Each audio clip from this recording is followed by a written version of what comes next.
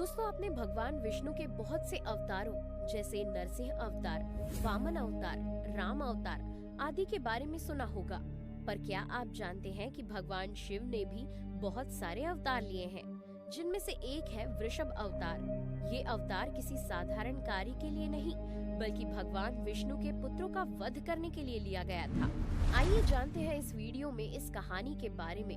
पूरी कहानी जानने के लिए वीडियो को अंत तक जरूर देखिएगा।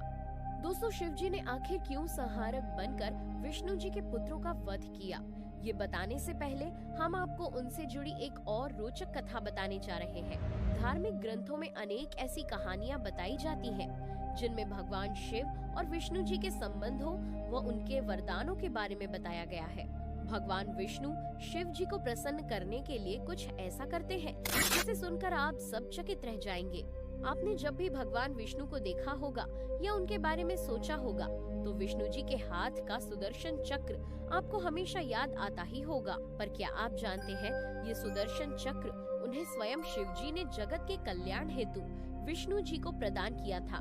शास्त्रों के अनुसार एक बार जब दैत्यों के अत्याचार बहुत ही ज्यादा बढ़ गए थे, तो सभी देवतागण विष्णु जी के पास आ जाते हैं और समस्या का समाधान करने के लिए प्रार्थना करते हैं। तो इसके लिए भगवान विष्णु ने कैलाश पर्वत पर जाकर शिव जी से प्रार्थना की।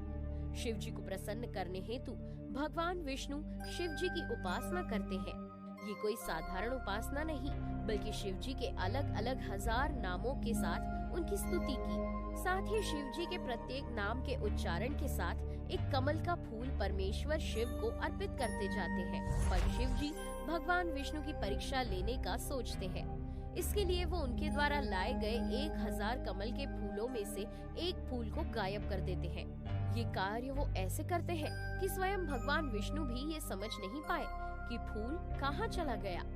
परंतु विष्णु जी तो शिव जी के परम भक्त थे, इसलिए पूजा पूरी करने के लिए वो उस गायब हुए एक फूल को ढूंढने का प्रयास करते हैं। परंतु जब उन्हें वो फूल नहीं मिलता, तो विष्णु जी स्वयं अपना एक नेत्र निकालकर परमेश्वर शिव को अर्पित कर देते हैं। भगवान विष्णु की इस अनन्य भक्ति को देखकर शिव जी अत्यंत प्रसन्न हो जाते हैं और उनसे वरदान मांगने के लिए कहते हैं। दोस्तों, भगवान विष्णु द्वारा एक नेत्र अर्पण किए जाने पर शिव जी उन्हें एक नया नाम देते हैं। क्या आप जानते हैं कि वो नाम क्या है? कमेंट करके जरूर बताएं। फिर भगवान विष्णु ने शिव जी से एक ऐसे शस्त्र का वरदान मांगा जिसकी सहायता से वे देवगणों को दैत्यों के प्रकोप से मुक्त कर सकें। तो फिर शिव जी ने विष्णु जी को अपना सुदर्शन चक्र प्रदान किया। इस प्रकार विष्णु जी ने सुदर्शन चक्र की सहायता से ही सभी असुरों का संहार किया। तब से ही सुदर्शन चक्र विष्णु जी के साथ हमेशा के लिए जुड़ गया। दोस्तों, अब हम आपको बताते हैं कि शिव जी ने वृषभ अवतार लेकर किस प्रकार विष्णु जी के पुत्रों का वध किया। भगवान विष्णु के बहुत से अवतारों में से एक है मोहिनी अवतार। शिव पुराण के अनुसार जब देवताओं और राक्षसों के बीच समुद्र मंथन हुआ, तो देवताओं को विष और राक्षसों के हाथों अमृत लग गया। इस अमृत को राक्षसों से बचाने के लिए ही भगवान विष्णु ने मोहिनी अवतार लिया था। मोहिनी अर्थात सुंदर स्त्री। उन्होंने स्वयं को एक बहुत ही सुंदर और तेजमयी स्त्री के रूप में बदल लिया था।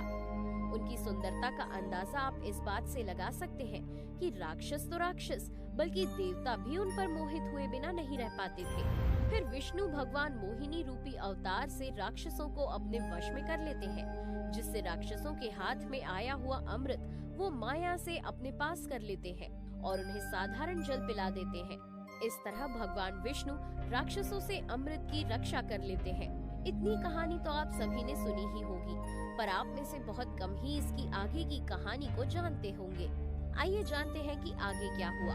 कुछ समय बाद जब राक्षसों को पता चलता है कि उन्हें छल से अमृत की जगह साधारण जल पिला दिया गया है, तो ये जानकर वो बहुत ज्यादा क्रोधित हो जाते हैं। एक बार फिर से देवताओं को परेशान करने के लिए निकल पड़ते हैं। विष्णु जी को जब ये पता चलता है, तो वो राक्षसों का संहार करने के लिए निकल पड़ते हैं। राक्षस ये सब देखकर घबरा जाते हैं और वापस पाताल लोक की ओर लौटने लगते हैं। लेकिन विष्णु जी का क्रोध इतना भयंकर था कि वो पाताल लोक में भी राक्षसों का संहार करने के लिए निकल पड़ते हैं और वहां जाकर अपने सुदर्शन चक्र से सभी राक्षसों का अंत कर देते हैं।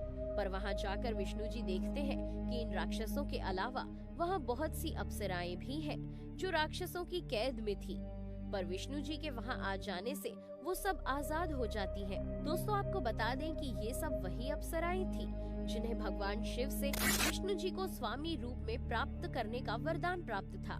ये सब देखकर तो यही लगता है कि ये सब भगवान शिव की ही माया थी, जिससे उन अप्सराओं को दिया गया वरदान सत्य सिद्ध हो सके।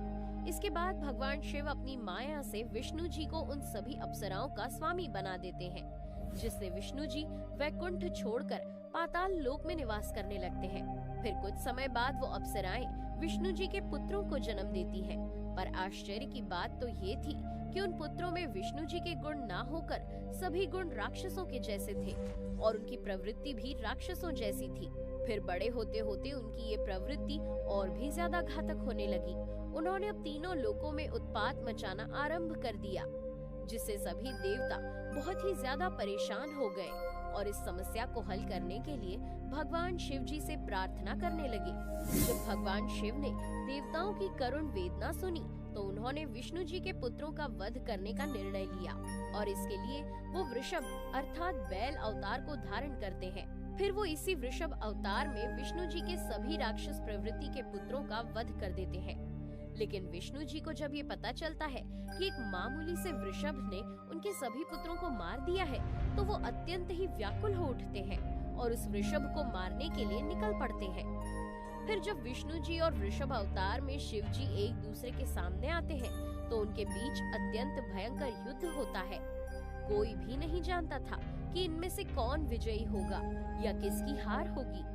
विष्णु जी भी अभी शिव जी की ही माया में रहते हैं और वो उस वृषभ को एक मामूली सा पशु मानकर उनसे युद्ध करते रहते हैं। फिर समान शक्तियों के बीच युद्ध होते होते जब विष्णु जी के ऊपर से शिव जी की माया का असर कम हो जाता है, तो विष्णु जी को पता चलता है कि वो कोई मामूली वृषभ नहीं बल्कि भगवान शिव है। फिर वो अपने सभी अस्त्र शस्त्र फेंक देते हैं तथा शिव जी से अपने इस कार्य के लिए क्षमा मांगते हैं। इसके बाद दोनों देवता अपने अपने धाम लौट जाते हैं, शिव जी कैलाश की ओर और भगवान विष्णु वैकुंठ की ओर। तो इस प्रकार शिव जी वृषभ अवतार में सृष्टि के कल्याण के लिए भगवान विष्णु के सभी पुत्रों का वध कर देते हैं।